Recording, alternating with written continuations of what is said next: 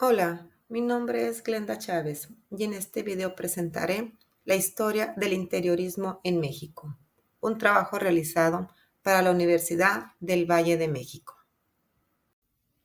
Para poder hablar del interiorismo en México, tenemos que hablar de tres temas importantes: interiores mexicanos, nuevas tradiciones y viejas esencias, el arte virreinal, interiores mexicanos de la colonia, y de Luis Barragán, el espacio de la nostalgia en el México Nuevo.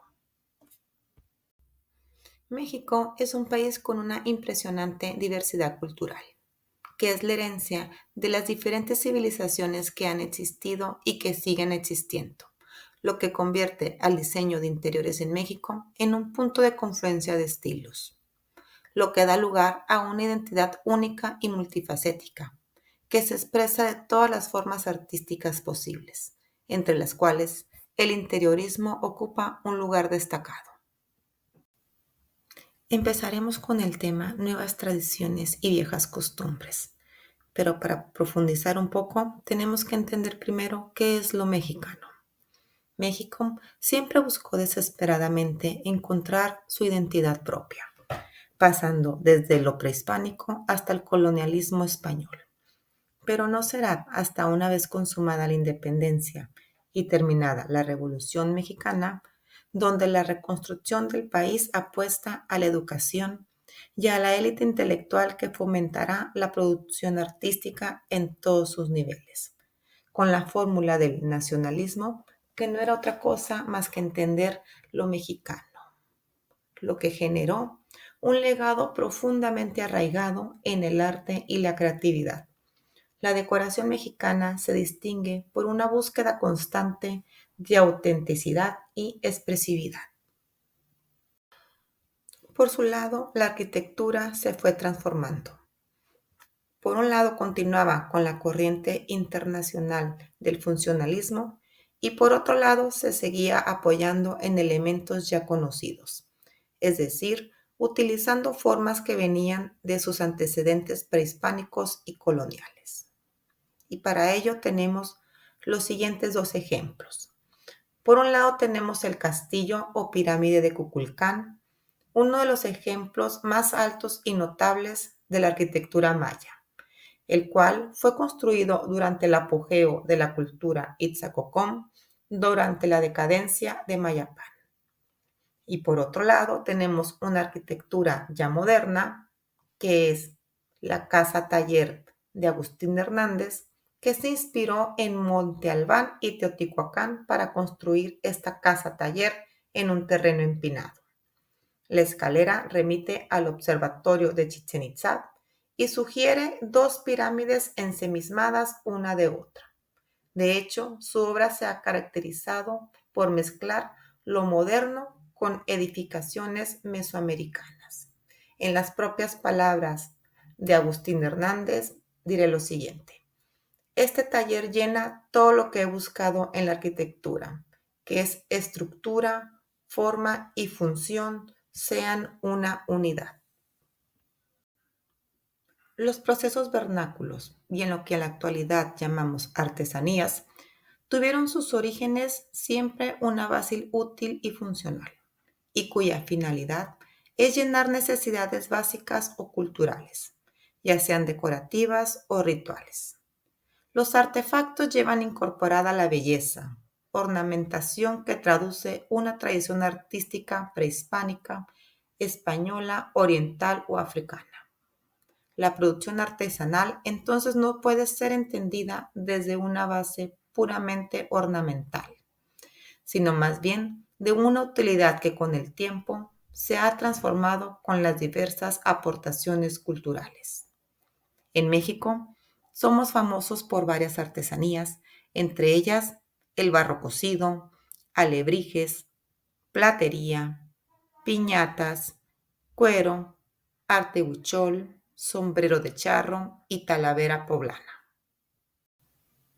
Actualmente, arquitectos y diseñadores mexicanos y extranjeros, al reconocer la importancia de las artesanías, las integran a sus obras de diseño, dando unos muy buenos resultados de calidez ambiental. Ahora hablaremos del arte virreinal. México tiene una de las herencias culturales más interesantes y complejas del mundo.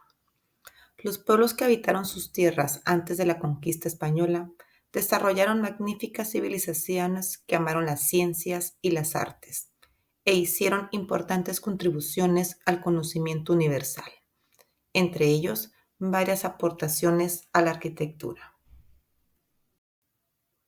Arquitectura colonial.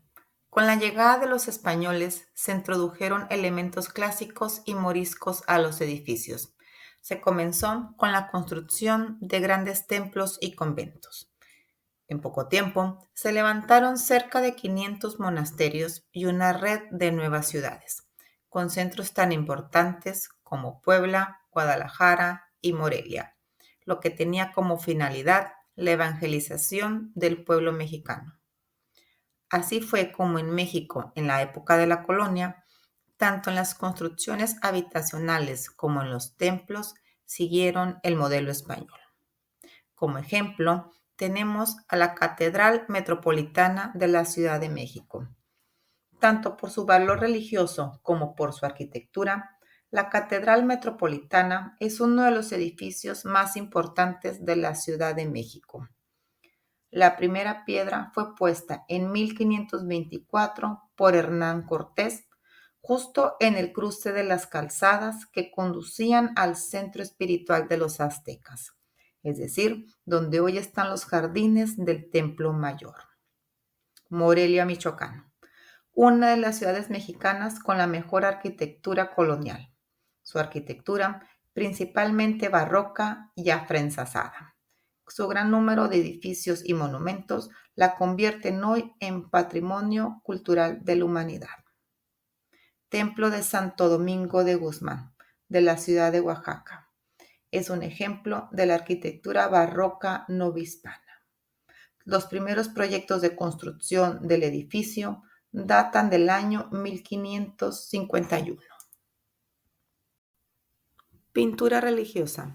En principio se enfocó en temas e imágenes religiosas, los cuales tendrían como finalidad ejercer su influencia en modificar la ideología e identidad de los pobladores, doblegando su fe y que fuera impuesta el pensamiento y fe cristiana en el proceso conocido como evangelización en la Nueva España. Como ejemplo, podemos observar dos creaciones del pintor Miguel Cabrera: los desposorios y la Anunciación. Casas coloniales. La arquitectura virreinal incorporó elementos como los arcos de medio punto, las columnas salomónicas y las pinturas murales, creando un estilo único que todavía se puede apreciar en muchas casas antiguas de México.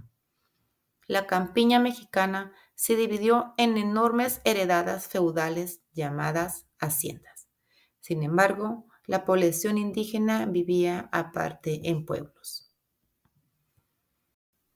Luis Barragán.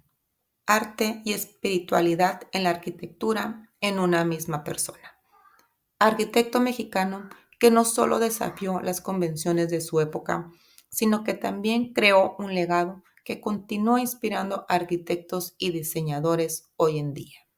Sus diseños únicos, tanto que evocan profundas emociones y experiencias únicas, con un respeto e incorporación hacia la cultura mexicana. Hablemos de la estética de Barragán. Su innovación se manifestó en un enfoque único de la luz y el color. Usaba la luz natural para crear experiencias visuales únicas y emocionantes. Sus colores vibrantes, como el rosa mexicano y el azul añil, eran auténticos golpes de genialidad que añadían capas de significado a sus obras. Sus diseños. Casa Franco en la ciudad de Guadalajara. Construida en 1929, es considerada como una de las 10 primeras obras del arquitecto jalisciense. Tras sus viajes por Europa en 1925 y 1926, se observa la influencia del estilo morisco, presente sobre todo en la puerta de la entrada. además de algunos rasgos de arquitectura vernácula. Se encuentra principalmente restaurada y hoy es sede de la Galería Travesía 4. Y en este otro ejemplo tenemos la Casa Estudio de Luis Barragán en Ciudad de México.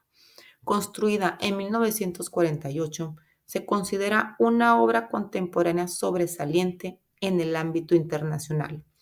En 2004 fue incluida por la UNESCO como Patrimonio Mundial. Para finalizar este trabajo, me dejaría dejar unas conclusiones. El diseño mexicano es una innovación única de traducción, cultura e innovación, con una rica historia que abarca desde la época prehispánica a la actualidad. El diseño mexicano es un claro ejemplo de la diversidad cultural. Hace la integración de elementos naturales y artesanías.